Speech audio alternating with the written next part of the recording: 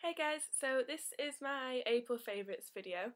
It was only going to be a quick video at first and then I've realised just how many favourites I do have this month, so bear with me because it might be a little bit long. I think I've got about 6, 7, maybe 8 products, so I'll just start with these. The first one I've got is the Elvive Nutrigloss shampoo and conditioner, which are these two. I got the shampoo in the light version because I remember using this before, I think it's a few years ago now. And it really weighed my hair down and it made it so greasy, but obviously now my hair's a lot drier because of all the treatments and chemicals and colours it's had on it recently. So I thought I'd give it a go. I've seen a couple of reviews of people and they said it was really, really good and they liked it, so I thought I might as well give it a try. My favourite thing about this is it really, really helps my hair. It feels so much softer, it's given it a lot of shine as well, and a lot of life, which it didn't have before, and because it's a light version it doesn't weigh it down at all. When you wash your hair, it does feel really clean afterwards. You don't get any sort of it doesn't feel like there's any residue left. It's really, really clean. It can leave it feeling a little bit dry, I think, if you just use the shampoo, but obviously I always condition anyway, so it doesn't bother me that much. I think that's just because it really cleans it. This smells quite odd as well. I think it's sort of growing on me. I do quite like it now. It's sort of flowery, but powdery at the same time. I don't really know how to explain it, but it's quite rich and intense smelling as well. The texture's really nice of this. It's really thick. It lathers well. That's the shampoo. This is the conditioner. That is just the normal conditioner. I didn't get the light version in this because I do have really dry ends, so I wanted the most intense conditioner I could find. I really like this. This smells the same as the other one, but I don't know. It doesn't smell too strong in here. I mean, I can smell it through the day, but only if you sniff your hair. I don't do that all day. And it's not like I have loads of people following me around smelling my hair. Yeah, this is for mid to long hair, and I'd say my hair's probably like more medium length. It comes down to about there, so it's not that long. I really like this. It has made a difference to my hair. It feels a lot softer, it feels a lot silkier. It's not as dry feeling, it doesn't feel like it's going to snap off, and I have noticed less split ends as well, so I've been using that recently instead of the Tresemme split end remedy one, just because I fancied a bit of a change, and I have still got some of this Tresemme one left because it's been lasting ages, and I just thought I might as well try that because I'd read some reviews and it felt like it needed a little bit of something extra. So I don't know if it was getting used to the Tresemme one, but it wasn't intensive enough for what I needed. The other thing I've been loving this month is this. This is the Benefit Foamingly Clean This is the Benefit Foamingly Clean face wash.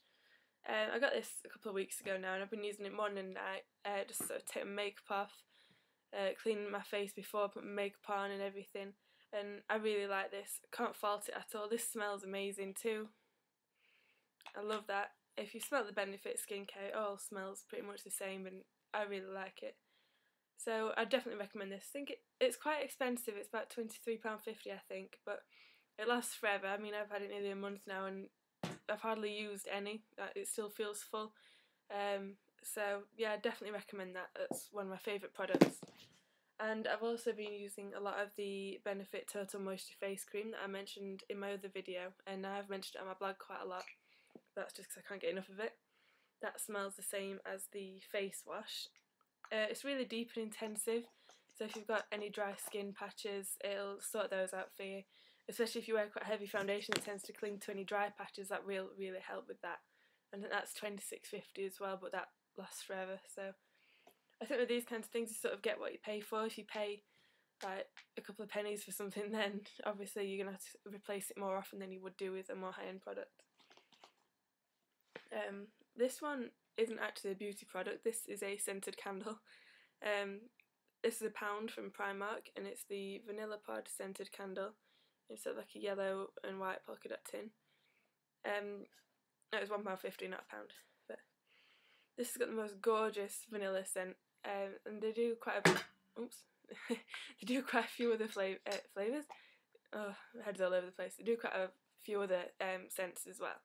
But I love the vanilla scent. I've always loved vanilla scents. I think it's really homey and I love that. So I usually burn that quite a lot. I think this is the third one of these I've had, but these last forever as well. So I keep buying them and then using the next one before the other one runs out. So I need to stop doing that. On to the next product. This is I've been trying to use primers more often lately.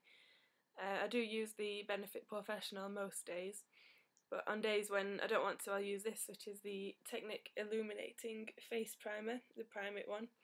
I got it from Body Care for 99p or 1.99. I think it was 1.99 this one. It's an illuminating face primer, and at first the pump was broken, which was a bit rubbish. That obviously, if it was a more expensive product, then you'd expect it to be better quality packaging. But I've managed to just fix that. I just stuck a pin down the little nip thing and got it to work. It's sort of like a white colour, and it's got sort of like it's not a really obvious shine to it. It's just a little hint of a shimmer. And I think if you use quite a light to possibly even a medium foundation, you'd be able to see that through, and it would work as an illuminating primer. Because I use quite a heavy full coverage foundation, it doesn't really do anything for me, but you can sort of use it as a highlighter if you want. I prefer to use the Technic Highlights, which is dupe of the Benefit High Beam, or the NARS Albatross highlighter, but I do use that occasionally, especially if I'm having a good skin day and I don't want to use a really heavy foundation. I'll just use that and maybe a BB cream or something, just to give my face a little bit of an even tone. Another thing I've been loving is the Benefit Cha Cha Tint, which looks like that. I think I mentioned this yesterday in my video. I'm not sure if I took it out in the end. I think I might have done. I have no idea. I may have done. So if I have, then I'm sorry for repeating myself, but I've got a memory like a sieve. This is a gorgeous coral colour. I'm sure I have mentioned this before. And it doesn't come out that orange on your cheeks. It's just a really nice summery coral colour. Just put it on your cheeks and blend it upwards. You have to blend it quite fast though, otherwise it will leave you with some unattractive streaks and splodges on your cheek. So don't get distracted and answer the phone halfway through putting your makeup on, because that's what happens. But that's really good. I've got the Benetint and Posy Tint in those as well, but they're the little sample ones that I got free in Glamour magazine, so I've got those ones as well. But I think I do prefer the Cha Cha Tint overall, which I wasn't expecting, because I've never really heard that much about it until I got it.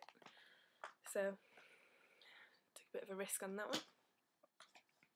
The next one I know I did mention yesterday, that is the Guerlain Terracotta. This is the lightest one. This is I can't remember the shade. It's the lightest one they do anyway, because I think they do like blonde 2, blonde 3, brunette 4 and brunette 5. Mine's actually blonde 1. I think that was the old style packaging, but I'm not 100% sure. And it looks like that. It's just a standard mosaic bronzer. Apparently these are one of the more it's definitely one of the higher quality ones I've ever had, because I've had quite a few of these, and I really like this. Sometimes I do use it as like an all over face bronzer, not all over, but you know what I mean, just like in a number 3 motion. But I've started to use it as a contour as well. I know it's quite expensive just to use as a contour, but I really like it, especially with a pale skin, because it's got the pinky peach shades in it. It's not orange looking, it's not an orange contour, it's really good for pale skin, so yeah, definitely recommend that. Been loving that this month. That's not actually taking me as long as I thought it would do, which I'm sure they'll be relieved to hear. The other 2 products are the 2 MAC lipsticks I got recently. I mentioned this one in yesterday's one. This is the MAC Viva Glam 1,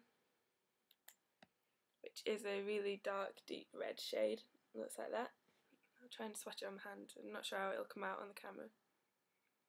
This is a matte shade, if you can see. It looks kind of pinky toned in that, but it's not really at all. It's definitely a really true, deep, dark red. So the same colour as my hair.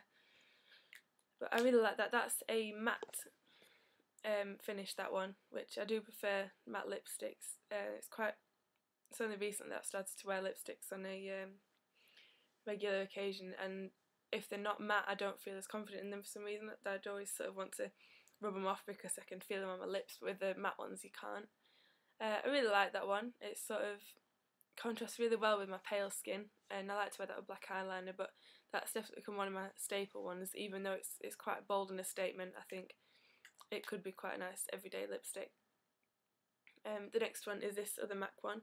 This is, oh, got lipstick all over my thumb. This is the MAC So Chaud one, which is a bright orangey colour, which is like that.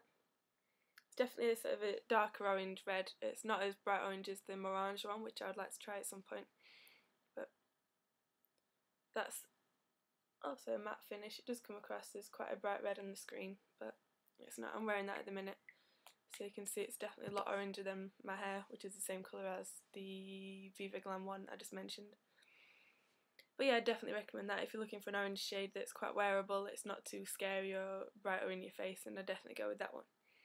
And I think that's all I've been loving this month, really. Obviously I've got a lot of other products that I like, but these are definitely my top products that I have used recently. So hope you liked my video. Let me know what you think in the comments below as always, and I will see you soon. Bye!